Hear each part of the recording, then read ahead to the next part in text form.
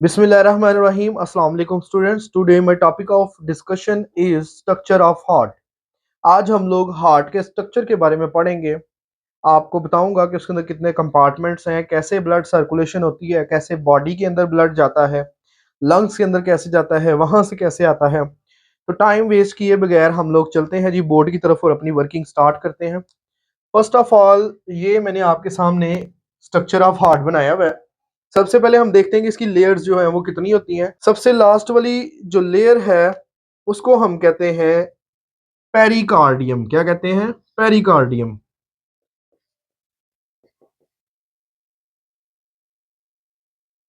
उसके बाद इसके इनर साइड पे लेयर आती है जो थोड़ी थिक होती है और इसके अंदर कार्डियक मसल मौजूद होते हैं, हार्ट के जो मसल होते हैं, तो इसको हम कहते हैं मायोकार्डियम। उसके बाद इनर लेयर आती है और ये वन सेल थिक होती है, एपिथेलियल सेल्स की बनी होती है, इसको हम कहते हैं एंडोकार्डियम।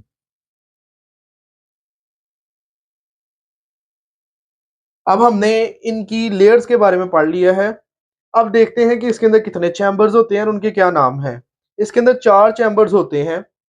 ऊपर वाले 2 थोड़े छोटे होते हैं, नीचे वाले बड़े होते हैं। जो ऊपर वाले चैम्बर्स हैं दोनों, इनका नाम होता है एट्रिया। इनको हम क्या कहते हैं? एट्रिया। इनके दरमियान में जो इन दोनों को अलहदा कर रहा होता है, दोनों एट्रियास को, एक सेप्टम होता है, एक पर्दा होता है जिसको हम कहते हैं इंटर एट्रियल सेप्टम। नीचे जो 2 बड़े बड़े चैम्बर्स होते हैं इनको हम कहते हैं वेंट्रिकल्स। इनको हम कहते हैं वेंट्रिकल्स। और इन दोनों चैम्बर्स को जो सेपरेट कर रहा है, ये जो सेंटर में लेयर है, इसको हम कहते हैं inter ventricular septum. Inter ventricular septum. Septa जो है ना, सेपरेशन से लफ्ज निकला है ना, कोई पर्दा नुमा कोई चीज। ठीक है, तो ये जो सेंटर में होता है जो 2 वेंट्रिकल्स को लैदा कर रहा है, इसको कहते हैं इंटर वेंट्रिकुलर सेप्टम। और ये जो सेप्टम होता है जो कि एट्रिया को और वेंट्रिकल को लैदा कर रहा है, इसे कहते हैं inter atrio ventricular septum. Inter atrio ventricular septum. ठीक है,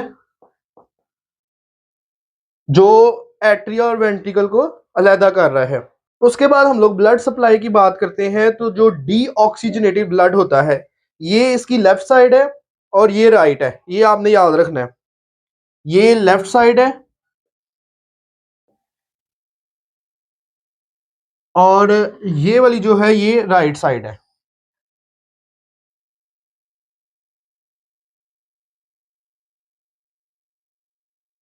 फर्ज करें कि ये हार्ट ऐसे था और हमने इसको ऐसे करके काट के तो आपको दिखा रहे हैं आधी शक्ल इसकी। ठीक है, तो वो लेफ्ट साइड है और ये राइट साइड है।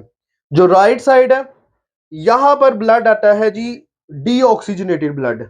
राइट है तो आपने याद रखना है कि इसके उल्ट इसके अंदर ब्लड आ रहा है। राइट है तो डीऑक्सीजनेटेड ब्लड, लेफ्ट साइड है तो ऑक्सीजनेटेड ब्लड। अब राइट साइड पे सुपीरियर वेना केवा से या इंफीरियर वेना केवा से ब्लड आता है डीऑक्सीजनेटेड राइट एट्रियम के अंदर। राइट एट्रियम के अंदर ये जो ऊपर से वेन आ रही है, इसको कहते हैं वेना केवा। और ये ऊपर वाली है तो इसको सुपीरियर कह रहे हैं। और जो नीचे वाली है इसको कह रहे हैं इंफीरियर वेना केवा। इनका काम ये है कि ये पूरी बॉडी के अंदर से डीऑक्सीजनेटेड ब्लड लेकर आती हैं और डीऑक्सीजनेटेड ब्लड आएगा राइट से। मैंने आपको कहा राइट चीज है तो उसके उल्ट डीऑक्सीजनेटेड ब्लड आपने याद रखना है, याद करने में आसानी होगी।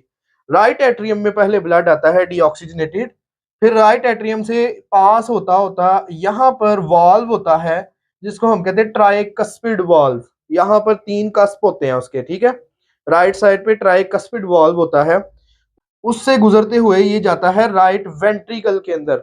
राइट वेंट्रिकल के अंदर ब्लड जाता है, किधर जाता है? राइट वेंट्रिकल के अंदर। उसके बाद राइट वेंट्रिकल के अंदर जब ब्लड जाता है तो यहां से जब वेंट्रिकल कॉन्ट्रैक्ट होता है, वेंट्रिकल कॉन्ट्रैक्ट होगा तो ये ब्लड चले जाएगा, ये जो ट्रंक है इसको हम कहते हैं पुल्मोनरी ट्रंक। पुल्मोनरी ट्रंक, पुल्मोनरी जो है ये टर्म हम लोग यूज करते हैं in the case of lungs. ये पुल्मोनरी ट्रंक पे जा रहा है। पुल्मोनरी ट्रंक, लंग्स क्या है? हमारा ब्रीथिंग सिस्टम किसकी वजह से? लंग्स की वजह से। और जब हम ब्रीथ करते हैं तो हमारी बॉडी में क्या जाती है? ऑक्सीजन। तो ये क्या होता है? ये पुल्मोनरी ट्रंक जो है ब्लड लेकर जाता है डीऑक्सीजनेटेड ब्लड लंग्स की तरफ। लंग्स में जो ब्लड जाता है वो एक वॉल्व से गुजरता हुआ जाता है। यहाँ पर एक वॉल्व होता है जिसको हम कहते हैं pulmonary semi lunar valve. Pulmonary semi lunar valve से गुजरता हुआ, ये ट्रंक से गुजरता हुआ जाता है लंग्स के अंदर। और फिर लंग्स से ब्लड आता है पुल्मोनरी वेन्स की मदद से लेफ्ट एट्रियम की तरफ। जब लेफ्ट एट्रियम की तरफ ब्लड आता है तो फिर वो ऑक्सीजनेटेड हो जाता है। अब यहां से जब एट्रिया कॉन्ट्रैक्ट होता है तो यहां पर जो वाल्व होता है ये होता है बायकस्पिड वाल्व। बायकस्पिड वाल्व होता है यहाँ पर। बायकस्पिड वाल्व से गुजरता हुआ ब्लड यहाँ पर लेफ्ट वेंट्रिकल में जाता है।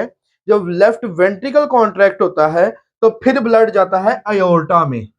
ये ऊपर, ये यहां से जो है ना, यहां से निकली हुई है ये यहां से ब्लड यहां को जाता है, ठीक है। ये है अयोर्टा। और जिस वॉल्व से गुजर के जाता है उसको हम कहते हैं अयोर्टिक वॉल्व या सेमी लूनर अयोर्टिक वॉल्व। अब ये जो अयोर्टा है ये फिर ब्लड सप्लाई करती है हमारी पूरी बॉडी को। और ये जो ब्लड लेफ्ट साइड से जाता है ये होता है ऑक्सीजनेटेड, जो राइट साइड पे होता है वो होता है डीऑक्सीजनेटेड। और आपने याद रखना है राइट साइड पे कितने होते हैं कस्प? 3। और लेफ्ट साइड पे जो वाल्व होता है उसके कितने कस्प होते हैं? 2। इसको बायकस्पिड वाल्व कहते हैं लेफ्ट साइड वाले को, और राइट साइड वाले को ट्राइकस्पिड वाल्व कहते हैं। तो यहां तक उम्मीद करता हूं कि आपको सारी समझ आ गई होगी। और ये जो अयोर्टा है ये ब्लड पूरी बॉडी को भेजता है एक्सेप्ट लंग्स, क्योंकि लंग्स में जो है वो डीऑक्सीजनेटेड ब्लड जाता है। और वो कहां से जाता है? वो राइट एट्रियम से या राइट वेंट्रिकल से जाता है। और वो पुल्मोनरी ट्रंक से होता हुआ लंग्स में जाता है, उसकी ऑक्सीजनेशन होती है और फिर पुल्मोनरी वेन्स के जरिए से वो लेफ्ट एट्रिया की तरफ आता है, फिर लेफ्ट वेंट्रिकल में।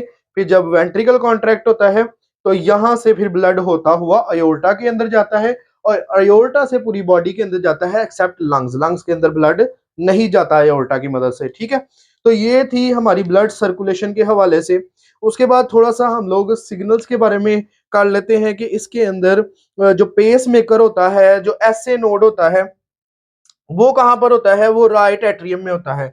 एसए नोड राइट एट्रियम की वॉल के अंदर होता है। सबसे पहले यहां से सिग्नल जनरेट होते हैं जो कि एक कार्डियक साइकिल हमने कंप्लीट करनी होती है। और ये तकरीबन जो अरसा है 0.8 सेकंड टोटल बनता है। यहां से शुरू होती हुई करंट जो सिग्नल्स हैं, यहाँ पर एक और नोड होता है जिसे एवी नोड कहते हैं या एट्रियो वेंट्रिकुलर नोड कहते हैं, वहां पर आता है। वहां से फिर यहाँ पर ये सेंटर जो था, जो दो वेंट्रिकल हैं इनके दरमियान जो सेप्टम है, यहाँ पर होता है बंडल ऑफ हिस। क्या होता है? Bundle of his. ये जो बंडल ऑफ हिस है यहाँ पर जब सिग्नल आते हैं फिर यहाँ पर आकर डिवाइड हो जाते हैं in the form of Purkinje fibres. यहाँ पर ये दोनों वेंट्रिकल्स के अंदर परकिंजी फाइबर्स होते हैं। जब वहां पर आता है जब सिग्नल, तो फिर ये जो दोनों वेंट्रिकल्स हैं ये कॉन्ट्रैक्ट होते हैं। तो फिर ब्लड जो है जिसने डीऑक्सीजनेटेड ब्लड जो है वो लंग्स की तरफ चले जाता है और ऑक्सीजनेटेड ब्लड जो है वो अयोर्टा की तरफ चला जाता है पूरी बॉडी के अंदर। तो ये थी एक्सप्लेनेशन स्ट्रक्चर ऑफ हार्ट के हवाले से, सर्कुलेशन के हवाले से। तो उम्मीद करता हूं कि आपकी तमाम तर कॉन्सेप्ट क्लियर हो गए होंगे। फिर भी अगर कोई क्वेश्चन है तो आपने कमेंट में पूछ लेना है। फी अमानिल्लाह, अल्लाह हाफिज।